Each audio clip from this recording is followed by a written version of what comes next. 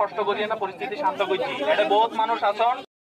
আমরা সব খতিয়ে দেখবো এবং আপনারা রাস্তায় যেন আঘাতপ্রাপ্ত না হন, আপনাদের আইন মানে আপনারা যাতে নিশ্চিন্তে পার হতে পারেন সেটা আমরা দেখবো। ঠিক, আর আপনারা কথা দিবেন যে আপনারা এরকম আইন হাতে না তুলে নেবেন না, আপনারা আক্রমণাত্মক হবেন না। কথা দিবেন? সবাই কথা দিচ্ছেন না? অনেকে দিচ্ছেন না।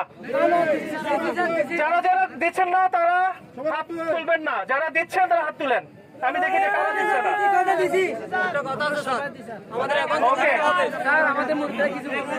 সুতরাং যারা কথা দিয়েছেন আমি আশা করি এই এলাকায় আর কোনো সমস্যা হবে না ভবিষ্যতে, ইনশাল্লাহ হবে।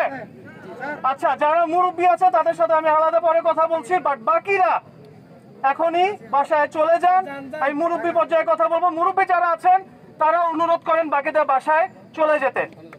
ঠিক আছে, ওকে, আল্লাহ হাফেজ।